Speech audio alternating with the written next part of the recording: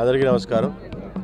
ఈరోజు రాప్తాడు గతంలో Jackie factory కోసం అని చెప్పి అలాట్ చేసిన ల్యాండ్ ఏదైతే ఉందో అందులో గతంలో ఉన్న ప్రభుత్వంలో కమిషన్లకు కక్కుర్తిపడి జాకీ కంపెనీ వాళ్ళని అంటే పేజ్ 3 చాలా పెద్ద కంపెనీ, అటువంటి కంపెనీ వాళ్ళని విపరీతంగా అవమానపెట్టి కమిషన్ల కోసం అని చెప్పి ఇబ్బంది పెట్టడం వల్ల జాకీ ఆల్మోస్ట్ మనకు మొత్తం అన్నీ రెడీ చేసుకొని ఆఫీసెస్ సెటప్ చేసుకున్న జాకీ కంపెనీలో కూడా ఈరోజు మనం చూసామంటే వెనక్కి ఎక్కడ చూసినా బునాదులు కనపడతాయి. ఆల్మోస్ట్ అన్నింటినీ కూడా ఆ టెంపరీ స్ట్రక్చర్స్ అన్నింటినీ కూడా ఊడిబిక్కొని వెళ్ళిపోయే పరిస్థితి ఆ రోజు కనపడింది.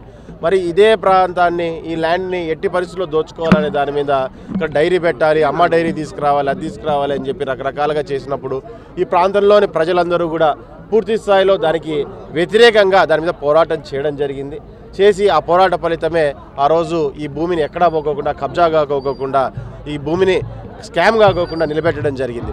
మరి ఇన్ని రోజుల తర్వాత చంద్రబాబు నాయుడు గారికి కావచ్చు, అప్పుడు చంద్రబాబు నాయుడు గారికి కావచ్చు, నారా లోకేష్ గారికి కావచ్చు, ఇక్కడ మాకు ఖచ్చితంగా ఈ ప్రాంతం డెవలప్ కావాలంటే, అనంతపురం జిల్లాలో డెవలప్ అవ్వాలంటే, టౌన్ డెవలప్ కావాలన్నా, రాప్తాడు డెవలప్ కావాలన్నా ఇక్కడ ఖచ్చితంగా ఫ్యాక్టరీని మనం ఏదో రకంగా తీసుకొని రావాలి, ఇక్కడ 5-6 వేల మందికి ఉద్యోగ అవకాశాలు కల్పించాలి అని చెప్పి అడగడం జరిగింది. అప్పుడున్న చేసిన పోరాటాన్ని కూడా చెప్పడం జరిగింది. అందులో భాగంగా సిఐ సమిట్లో ఈరోజు మన రాష్ట్రానికి దగ్గర 170కి పైగా మనకు కంపెనీలు వచ్చినప్పటికీ 8 లక్షల కోట్లకు పైగా ఇన్వెస్ట్మెంట్లు పెట్టేటప్పటికీ మన జిల్లాకు 1200 కోట్లు, అందులోనూ మన రాప్తాడు నియోజకవర్గ హెడ్ క్వార్టర్ల దగ్గర 500 కోట్లు వాల్యూతో ఈరోజు ఇక్కడ ఫ్యాక్టరీని మరీ రీసెటప్ చేయడం కూడా జరుగుతుంది. ఇది ఖచ్చితంగా చంద్రబాబు నాయుడు గారికి, నారా లోకేష్ గారికి మేము ఖచ్చితంగా మా రాప్తాడు ప్రజలందరూ కూడా జన్మదా రుణపడి ఉంటాము. ఇక్కడ ప్రజలందరి పోరాట ఫలితము ఈరోజు సాధించుకున్నాము.